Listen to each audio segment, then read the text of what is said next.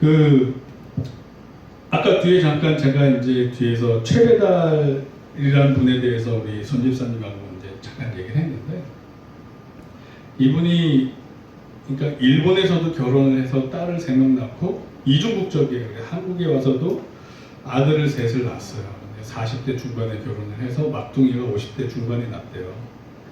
그러니까 근데 이 최배달이라는 분이 우리 자매님들은 잘, 여성분들은 모르겠지만 남성분들은 다 알아요. 일본에서 극진 공수도라는 그 유파를 새로 만든 사람이에요. 극진 가라데. 그러니까 이제 그때 당시만 해도 식민지 시절이었단 말이에요. 그러니까 이제 우리나라 사람은 일본에 가서 대접 못 받는 시절인데, 일본에 가서 도장 깨기라고 해요. 도장 깨기. 도장을, 유명한 도장을 다 다니면서 1:1 결투 신청을 해서 다 실력으로 무찌르고 인정받아요. 실력으로 인정받으면 아무리 한국인 출신이라도 무시할 수가 없잖아요. 그 무술하는 사람들끼리 1:1로 붙어서 이기는 게 실력인데, 그래서 극진 가라데를 만들어서 전 세계적으로 쫙 이렇게 퍼졌어요. 근데 우리나라에서는 일부러 이 사람이 들어와서 도장을 만들지 않았어요. 왜? 우리나라에서는 자기 친구들이, 같이 운동했던 친구들이 태권도를 막 시작해서 퍼뜨릴 때였어요. 태권도. 그러니까 서로 한국에서 태권도가 잘하고 있는데 자기가 와서 극진가라대로 알력다툼하면 안 되잖아요. 그러니까 한국은 그냥 태권도 해라. 그리고 자기는 일본과 한국을 제외한 전 세계적으로 극진가라대를 해. 제가 이 사람 얘기를 왜 하냐면, 이 사람은 예수님 믿고 천국 간 분이 아닌 걸로 알고 있어요. 그냥 일반 사람이에요. 그냥 세상 사람인데, 그럼에도 불구하고 이 사람의 삶을 조명해 보면 마치 종교인 같은 삶을 살았어요. 그래서 이 세상 사람이지만 배울 게 있겠다. 세상 사람이지만 배울 게 있겠다. 그래서 이 사람의 삶의 태도에서 배울 거를 몇 가지를 뽑았어요. 그래서 나누려고 해요. 왜냐하면 저는 진리를 믿고 예수님의 존재를 알고 감사하며 사는 사람임에도 불구하고 생활 태도의 측면에 있어서는 이 세상 사람 최배달보다 내가 부족하구나, 막 이런 도전을 받았어요. 왜? 진리를 알고 하나님의 성령님의 인도하심을 받는 내가 세상 사람보다 삶의 태도가 더 진지하고 또 정말 열성을 가지고 살아야 되는데, 또 불구하고 그냥 일반 세상 사람인 최배달의 삶을 조명해서 보니까 이게 막 도전을 받는 거예요. 자극이 되는 거예요. 와, 이 사람은 어떻게, 예수님 믿지도 않는 사람이 어떻게 이러한 삶을 이렇게 살았지? 이런 부분은 예수 믿는 사람도 좀 배워야 됩니다. 그래서 몇 가지를 좀 나눠보려고 해요. 첫째, 제가 지난주에 말씀을 전할 때 의식의 흐름이라고 말씀드렸어요. 내가 평상시에 많이 생각하는 대로 내 의식의 골짜기가 파이면 그쪽으로 내 생각이 고착화가 돼서 이렇게 가요. 즉 항상 기뻐하고 쉬지 말고 기도하고 범사에 감사하는 생각으로 계속 마인드를 갖는 사람은 자기의 삶이 이렇게 기쁨과 평안 속으로 가요. 똑같은 환경이라도 항상 염려, 걱정, 근심하는 사람은 그쪽으로 의식의 골짜기가 파지면 자기도 모르게 자연스럽게 오토매티컬리 자동적으로 근심, 걱정, 염려로 생각이 가버리는 거예요. 예수 믿는 사람도 마찬가지. 그래서 내가 생각을 어떤 식으로 생각을 해야 되느냐, 어떤 식으로. 예를 들어서 오늘 이제 우리 교회 딱 성도님들을 딱 봤을 때 젊은 친구들 막 빠졌어요. 그러면 막 오토매티컬리 근심, 걱정, 염려하는 사람은 또 이렇게 부정적으로 해석할 수 있단 말이에요, 상황을. 근데 저는 그렇지 않아요. 순간적으로 마음은 아파요. 아, 이 친구들이 왜 안 나왔지? 그러나 하나님의 뜻 안에서 하나님과 보고 계시는 하나님 컨트롤 안에 있는 하나님의 교회니까 이제 하나님의 뜻이 무엇일까? 이걸 어떻게 해석해야 될까? 그리고 그렇게 해석하면 또 기쁨으로 긍정적으로 해석하고 나아갈 수가 있게 되는 거예요. 즉 생각하는 훈련을 우리가 해야 돼요. 주님의 뜻대로 생각하는 훈련을 해야 돼요. 그러니까 예수님을 정말 믿는 사람은 절망할 수가 없어요. 왜? 절망하는 생각을 스스로 자제하고 항상 기뻐하고 감사하는 생각으로 스스로 생각을 통제하기 때문에, 그래서 예수 믿는 분들 중에 삶에 절망하고 자살하는 분들이 있잖아요. 그분들은 자기의 생각을 통제하지 못해서 그래요. 하나님의 뜻, 성경 말씀에 항상 기뻐하라고 했는데 그 말씀을 스스로 지키지 못했기 때문에 절망하게 되는 거예요. 말씀대로 살지 않았기 때문에 자살이라는 그런 잘못된 결과까지 열매를 맺는 거예요. 과연 그런 분들이 믿음이 있다고 우리가 말할 수 없잖아요. 그런 분들이 과연 구원받을 수 있는지 우리는 알 수가 없어요. 교회는 다녔다 해도. 정말 믿음이 있는 사람이 어떻게 그렇게 자기의 의식을 흐름을 그렇게 부정적으로 맡겨놓을 수가 있어요.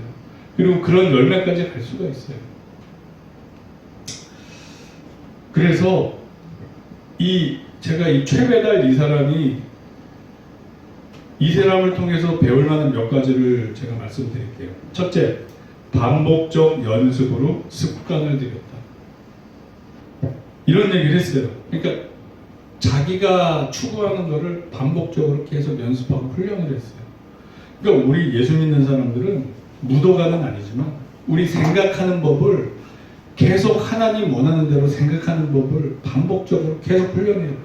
그래서 내 의식의 골짜기를 그쪽으로, 감사와 기쁨 쪽으로 골짜기를 파놓으면 아무리 근심, 걱정, 염려의 환경이 와서 내 생각이, 의식이 그쪽으로 가려다가도 이쪽보다는 이쪽의 골짜기가 깊고 크기 때문에 나도 모르게 감사와 기쁨으로 의식이 흘러가 버린단 말이에요. 물은 위에서 아래로 흐르니까. 이쪽 의식의 골짜기는 조금만 파였고 이쪽의 의식의 골짜기는 깊게 파였단 말이에요. 감사, 기쁨의 골짜기가 평상시에 항상 훈련이 돼서 깊게 파여 있으면 이쪽으로 의식이 흐른단 말이에요. 이쪽으로 염려, 근심으로 조금 가다가도 이쪽은 골짜기가 얕고 좁고 그러니까 깊고 넓은 쪽으로 간단 말이에요. 그래서 이분이 무슨 얘기를 했냐면 300번을 연습하면 하수한테 쓸 수 있대요. 기술을. 그리고 3000번을 연습하면 내가 원할 때 그 기술을 쓸 수 있대요. 근데 3만 번을 연습하면 그 기술이 필요할 때 내 몸에서 오토매티컬이 그냥 나온대요. 그러니까 습관이 되는 거예요. 그러니까 이 사람은 전 세계를 다니면서 한 번도 진 적이 없어요. 그러니까 이 무도가로서 이런 케이스는 전무후무한 경우예요. 일본의 도장들을 다니면서 도장 깨기에서 다 이겼지. 이제 일본은 제패했으니까 전 세계를 다니면서 권투 선수, 레슬링 선수, 뭐 각종 무술 선수들 다 대결해서 다 이겼어요. 그래서 실력은 증명돼야 그게 실력. 그러면서 자기가 그렇게 다녔던 분이에요. 그리고 두 번째는 죽을 때까지 연구하는 자세는 우리가 배워야 돼요. 죽을 때까지 연구하는 자세. 이 사람이 그 아들이 그 의정부인가 그쪽에서 정형외과 의사예요. 정형외과 의사인데 아들이 인터뷰하는 걸 제가 들었어요. 그래서 거기에 댓글에 최근 몇 년 동안 내 삶에 깊은 감동을 준 동영상이다. 막 그런 댓글이 달렸어요. 그래서 제가 인용을 하는 거예요. 이 사람이 크리스찬이 아닐지라도 배울 게 있다. 왜냐하면 이 사람이 최배달의 필살기가 이 아들의 말에 의하면 왼손 정권지르기래요. 왼손 정권지르기. 이게 운동하는 사람들 이렇게 하잖아요. 그럼에도 불구하고 죽기 직전까지 자기 아들한테 이런 말을 했대요. 나는 아직도 주먹 쥐는 법을 잘 모르겠다. 내가 주먹을 어떻게 줬을 때 내 손에서 가장 큰 파워가 나타나는지 죽을 때까지 그걸 그거를 생각하고 묵상하고 그것만 생각하는 거예요. 그러니까 왼손 정권 지르기에 일반인들 같은 무도가들끼리 붙어서도 다 그냥 한 방에 가는데도 불구하고 자기는 어떤 것이 최선의 답인지 죽을 때까지 주먹을 어떻게 줘야 가장 파워가 나지? 그 연구를 했던 거예요. 이거는 뭐 아무튼 이분은 그러니까 은퇴했어도 은퇴한 게 아닌 거예요. 죽을 때까지는 자세가 있었으니까. 그리고 세 번째는 남과 비교하지 않는 자세를 우리가 배워야 돼요. 상대를 이기려고 한 적은 한 번도 없다. 나는 내가 갖고 있는 것을 다 쓰기를 원했다. 그러니까 1대1로 붙잖아요. 내가 쟤를 이겨야지가 아니라 나는 3만 번 이상 훈련하고 연습했어. 모든 것에 그러니까 내가 훈련하고 내 몸에 밴 이 기술을 한 번씩 다 써봐야지 하는 거예요. 그래서 자기가 익힌 기술을 쓰다 보면 결과가 좋은 거예요. 어느 순간 이겨 있어. 어느 순간 이겨 있어. 그를 이기려고 붙는 게 아니라 내가 그렇게 목적을 가지고 훈련하고 연습한 거를 그게 몸에 뱉잖아요. 그걸 사용하다 보면 어느 순간 이기는 거예요. 그리고 네 번째는 준비하는 자세. 준비하는 이거는 우리가 진짜 배워야 될 것 같아요. 그래서 이 아들이 아버지한테 그랬대요. 우리 중국 영화 보면 어떤 비법을 전수해 주십시오. 그래서 그 비법만 알면 갑자기 고수가 돼서 막 1인자가 되고 막 이런 영화 있잖아요. 뭐 이런 생각으로 이 아들이 아버지한테 물어봤대요. 강자가 되는 비법을 알려주십시오. 왜냐하면 자기 아버지가 세상 무도가지고 1등이었으니까. 했더니 이 아버지가 하는 말이 비법은 다 알려져 있다. 과연 그 비법을 할 수 있느냐 없느냐는 너의 노력에 달려있다. 비법은 다 알려져 있대요. 그러니까 공부 잘하려면 공부하면 되는 거예요. 책을 내 거로 만들면 되는 거예요. 그게 똑같은 비법인 거예요. 무도도 마찬가지인 거예요. 특별한 비법이 있는 게 아니라 3만 번, 모든 기술에 3만 번 이상의 이런 숙달된 훈련, 연습. 그러면서 소를 수십 마리를 때려잡았대요. 진짜 실제로 소풀을 이렇게 수도로 쳐서 꺾고. 근데 앞에서 치면은 안 부러진대요. 소 뿔을 잡고 뒤에서 쳐야 된대요. 그리고 스페인에 가서 투하고 붙을 때는 막 부상도 당하기도 하고 했다 해요. 그러니까 목숨 걸고 싸우는 거예요, 이 사람은. 자기의 그 영역에서 충실한 거예요. 그러면서 소와 싸워 이기려면, 다른 말로 소를 너 힘으로 소와 싸워서 소를 때려잡으려면, 첫째, 100m를 11초 정도에 주파할 수 있어야 한다. 그러니까 100m 11초로 뛰려면 얼마나 몸이 단련이 돼야 되겠어요. 이 순발력이나 이런 것들이. 둘째, 점프해서 단청, 그러니까 우리 한옥 같은 거 옛날 보면 단청 같은 게 이렇게 나무가 나와 있잖아요. 세 손가락으로 단청을 이렇게 잡는데요. 그래서 쭉 당기면 몸이 이렇게 쭉 일자로 올라가서 이 단청에 붙는데요. 아니 이게 말이 되냐고요. 일반인들은 못해요. 철봉도 턱걸이 하나 하기 힘든데 점프해서 단청을 세 손가락으로 잡아서 당겨서 내 몸에 붙인대요. 이 정도를 할 수 있어야 된대요. 그러니까 이 손 아귀의 힘이 얼마나 세겠어요. 그러니까 동전도 손으로 굴러뜨리는 거죠. 그리고 이 온몸이 얼마나 기계체조 선수 같이 컨트롤이 되겠어요. 자유자재로. 내 몸을 위해 붙일 정도로. 셋째, 추운 날 정권지르기를 한대요. 추운 날 정권지르기를 딱 하면 하늘에 비행기가 지나가면 하얀 선이 생기잖아요.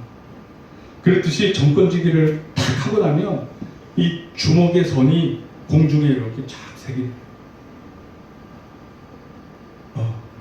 이게 얼마나 힘과 스피드가 있으면 추운 날에 정권지르기라면 비행기 지나가는 것처럼 하얀 선이 공중에 이렇게 생긴대요. 이게 좀 만화 같은 얘기인데 그렇대요. 그러면 너가 소와 싸워 이길 수 있다. 비법은 없다. 비법은 다 알려져 있어. 너가 그렇게 노력을 해서 그 경지에 이르면 소 때려잡을 수 있어. 그냥 자기 아들한테 한 얘기. 아들한테 거짓말 하겠어요? 아니란 말이에요.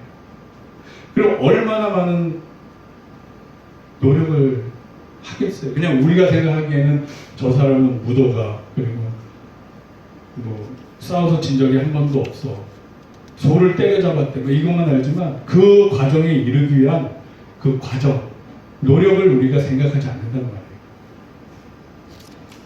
그래서 이런 얘기를 해요. 발차기를 너무 많이 해서 다음날 화장실을 걸어서 못 가게 됐대요.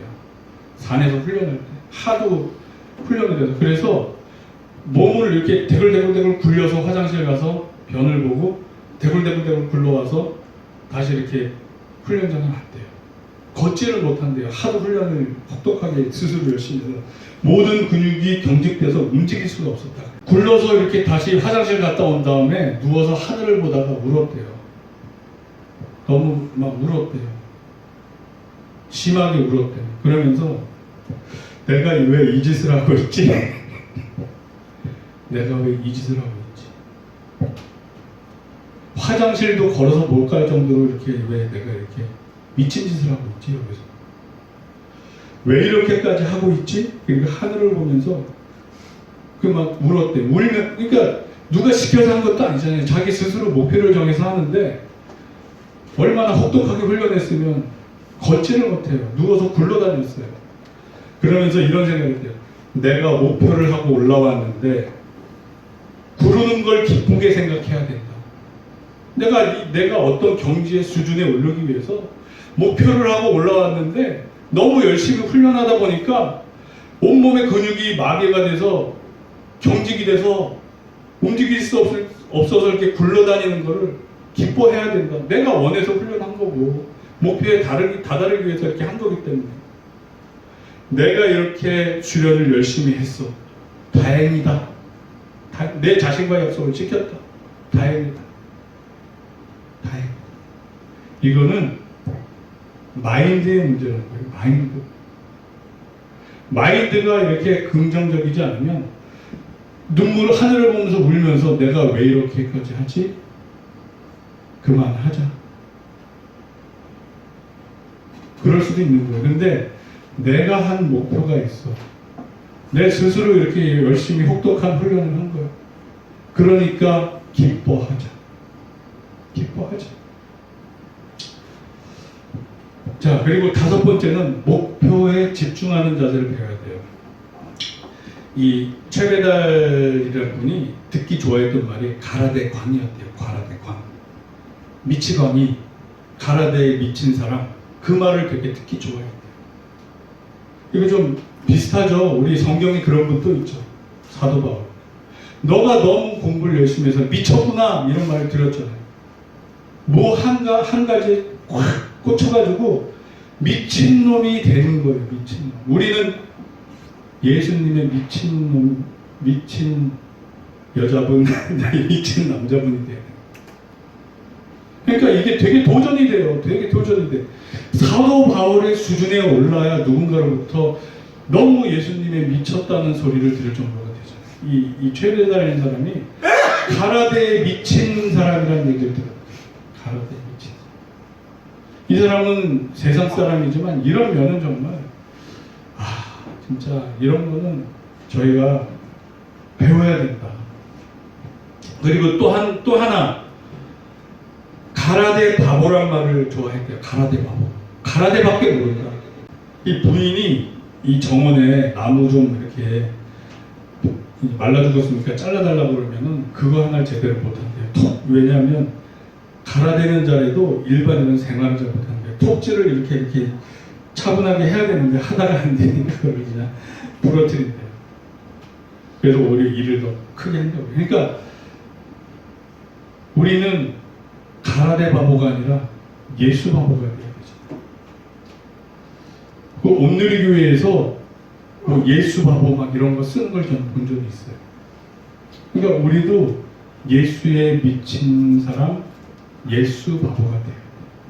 세상 사람도 어떤 목표를 두고 이렇게 할지인데 우리는 정말 진리를 믿는 사람으로서 내가 내 자신을 한번 다시 돌아보게 됐어요. 지금 과연 내가 지금 제대로 올바로 가고 있나? 정말 내가 지금 예수 믿는데 최선을 다하고 있나? 세상 사람들도 목표를 위해서 미치광이 소리를 듣기를 그렇게 좋아했고 바보 소리 듣기를 좋아했는데 나는 과연 내가 길거리에서 전도하면서 예수의 미친놈, 예수 바보라는 말을 들은 적이 있나? 우리 좀 이런 거를 우리가 진짜 사도 바울이 너 공부 너무 열심히 해서 미쳤다 이런 소리를 들을 정도로 예수에 미쳤다 소리를 들을 정도로 우리도 한번 우리 자신을 돌아봐야 되지 않을까. 그리고 6번째는 그 목숨을 거는 자세. 목숨을 거는 자세를 우리가 좀 배워야 될 것 같아요. 우리하고 공통점이 너무 많아요. 우리도 예수 믿는데 목숨을 걸어야 되잖아요. 예수님 믿는 증인으로서 우리 목을 내놔야 되잖아요. 지금은 그렇지 않지만 핍박받는 시대가 로마 시대 때처럼 보면 우리는 예수 믿는데 목을 내놔야 돼요. 그리고 6.25 때도 우리 믿음의 선배님들은 너 예수님 믿을래? 예수님 부인할래? 예수님 믿는다고 고백하고 공산주의자들에게 순교를 당했잖아요. 우리 믿음의 선배님들처럼 이 세상의 환경이 우리도 변하지 말란 법이 없어요. 그런 면에서는 참 대단해요. 그래서 아들이 그랬대요. 이 아들이 의대를 삼수를 했대요. 재수를 하겠습니다. 삼수를 하겠습니다. 이렇게 최선을 다하겠습니다. 그랬더니 아버지가 갑자기 안색이 딱 변하면서 꼭 한다고 얘기해. 꼭 한다고 얘기해. 목숨을 건다고 얘기해. 네가 정말 원하면 그렇게 이야기하는 거야. 네가 정말 원하면 그렇게 이야기해야 돼. 최선을 다한다는 것은 한 발 빼는 거야. 최선을 다했는데 안 됐습니다. 이런 말은 필요 없어. 최선을 다했는데 안 됐습니다. 이런 말은 필요 없어. 안 되면 안 되는 거지만 그걸 미리 생각할 필요는 없는 거야. 그러니까 최배달도 항상 1대1로 붙을 때 목숨 걸고 오늘 내가 이 시간 죽을 수 있다. 하지만 지는 거를 생각하지 않고 자기가 3만 번 이상씩 훈련했던 거를 믿고 붙었다는 거예요. 저도 할 수 없어. 지면 지는 거예요. 하지만 붙기 전에 내가 왜 지는 생각을 먼저 하냐. 이런 생각이에요. 네가 정말 의사가 돼서 사람의 목숨을 구하는 것을 의사가 되길 원했다면 너는 최선을 다한다고 한 발 빼지 말고 하겠습니다. 그리고 목숨을 걸고 해보는 거야. 목숨을 걸고 해보는 거야. 그래도 안 되면 할 수 없어. 안 되면 할 수 없어. 하지만 미리부터 안 될 것까지 근심, 걱정, 염려를 하지 말라는 거야. 야, 그러니까 이 최배달 이분은 진짜 무도인이었어요. 무도인으로서의 자세가 돼 있었단 말이에요. 자세. 아들이 제가 가라데를 할까요? 하고 한번 물어봤대요. 그러니까 이게 이 유전자가 좀 탁월했대요. 그러니까 타고나는 몸이 힘이 좋고 순발력이 있고 좀 타고나는 게 있잖아요. 그래서 아무리 열심히 운동해도 수영을 아무리 좋아해서 내가 아무리 열심히 해도 박태환이를 이길 수 없을 수 있어요. 박태환보다 훈련을 2배로 해도 못 이길 수 있어요. 왜? 타고난 유전자에 많이 좌우가 된단 말이에요. 우리나라 사람 육상 선수들이 아무리 열심히 훈련해도 저 흑인들 막 이제 100m 막 9초대에 뛰는 사람들을 못 이긴단 말이에요. 노력을 덜해서가 아니라 타고난 유전자의 차이가 있는 거예요. 사람마다 달라요. 키가 작게 태어나면 농구하기 불리한 거고 그래요. 근데 그래서 이제 물어봤대요. 아버지 제가 가라데를 할까요? 그러니까 아버지가 그렇게 얘기했대요. 목숨 걸 자신 있니? 목숨 걸 자신 있니? 너 좀 한다는 거 같던데, 그러니까 소문을 들은 거예요. 아버지 닮아서 이게 좀 타고난 게 있었겠죠. 너 정도 실력은 빗자루로 쓸 만큼 많아. 그러니까 자기 아들의 실력을 정확하게 보고 있는 거예요. 목숨 걸 정도가 되면 해. 근데 나는 내 아들이 목숨 걸고 뭐 하는 거 그리 좋지 않다. 어느 정도 수준까지만 하는 게 좋지 않을까? 책을 읽는 무인이 될래? 운동하는 학자가 될래? 왜냐하면 자기는 너무 목숨 걸고 험한 세상을 살았기 때문에, 그리고 자기가 40 넘어 낳은 자식이다 보니까 자기처럼 그렇게 목숨 걸고 사는 걸 원치 않았다는 거예요. 근데 무인은 목숨을 걸어야 돼. 물론 공부도 목숨 걸고 해야 되지만 그거는 그렇게 거는 목숨과 이 목숨은 달라. 이건 진짜 목숨이야. 그게 아닐 거면 아버지 후광으로 적당히 할 거면 하지 마.